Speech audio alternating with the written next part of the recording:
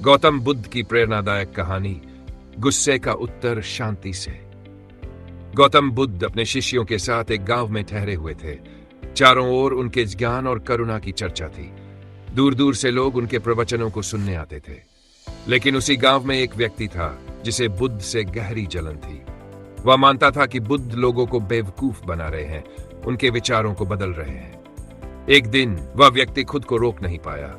वह सीधे बुद्ध के पास गया, उनकी ओर उंगली उठाई और गुस्से में चिल्लाया, तुम एक धोखेबाज हो।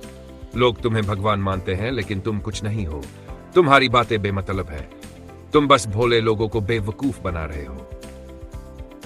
बुद्ध वहां बैठे मुस्कुराते रहे।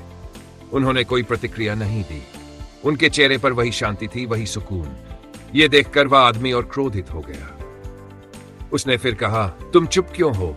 क्या तुम्हें गुस्सा नहीं आता? क्या तुम्हें बुरा नहीं लगता कि मैं तुम्हारा अपमान कर रहा हूं?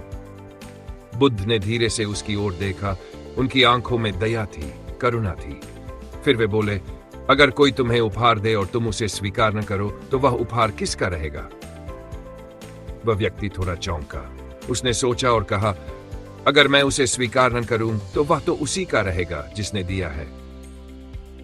बुद्ध ने हल्की मुस्कान के साथ कहा, तो फिर यदि कोई मुझ पर क्रोध करे, अपशब्द कहे और मैं उन्हें स्वीकार ही न करूं तो वे शब्द किसके रहेंगे? उस व्यक्ति के चेहरे का रंग बदल गया।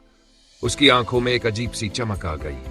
वह समझ चुका था कि वह अब तक अपना क्रोध केवल खुद को जला रहा था। बुद्ध की शांति के आगे उसका गुस्सा फीका पड़ चुका था। उसने धीरे से सिर झुकाया और कहा, भगवान मुझे क्षमा कर दे, मैं अज्ञान में था। बुद्ध मुस्कुराए और बोले, कोई बात नहीं। जब ज्ञान की रोशनी मिलती है तो अज्ञान का अंधकार वैसे ही मिट जाता है जैसे सूरज निकलने पर अंधेरा खत्म हो जाता है। उस दिन वह व्यक्ति बदल गया। वह बुद्ध का शिष्य बन गया और जीवन भर अहंकार और क्रोध को त्याग कर शांति के मार्ग पर चल पड़ा। इस कहानी की गहराई, गुस्से की आग किसे जलाती है? हम अक्सर सोचते हैं कि जब कोई हमें बुरा कहता है, हमारा अपमान करता है, तो हमें जवाब देना चाहिए। हमें भी वही करना चाहिए जो सामने वाला कर रहा है। लेकिन क्या सच में ऐसा करना सही होता है? गौतम बुद्ध ने हमें यह सिखाया कि गुस्से का उत्तर गुस्से से नहीं दिया जाता। जब कोई हम पर क्रोधित होता है, हमें अपशब्द कहता है, तो वास्तव में वह अपनी नकारात्मक ऊर्जा हमारे ऊपर डालना चाहता है। अगर हम उसे स्वीकार कर ले तो वह नकारात्मकता हमारे भीतर घर कर लेती है। लेकिन अगर हम उसे लेने से इनकार कर दें तो वह वही रह जाती है, उसी व्यक्ति के पास जिसने उसे भेजा था। सोचो, अगर कोई तुम्हें जलती हुई आग पकड़ा दे और तुम उसे पकड़ लो तो जलोगे कौन? तुम खुद।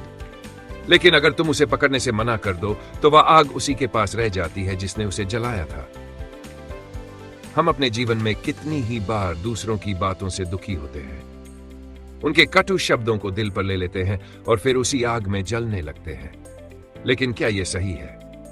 अगर बुद्ध की तरह हम ये समझ जाएं कि गुस्सा, अपमान, कटु शब्द ये सभी तभी असर करते हैं जब हम उन्हें स्वीकार कर लेते हैं, तो हमारा जीवन बहुत शांत और खुशहाल बन सकता है। हम क्रोध और दुख की बेड़ियों से मुक्त हो सकते हैं। तो अगली बार जब कोई तुम्हें अपशब्द कहे, तुम्हें नीचा दिखाने की कोशिश करे, बस एक पल रुककर सोचना, क्या तुम उस आग को पकड़ोगे या उसे वहीं छोड़ दोगे जहां से वह आई थी?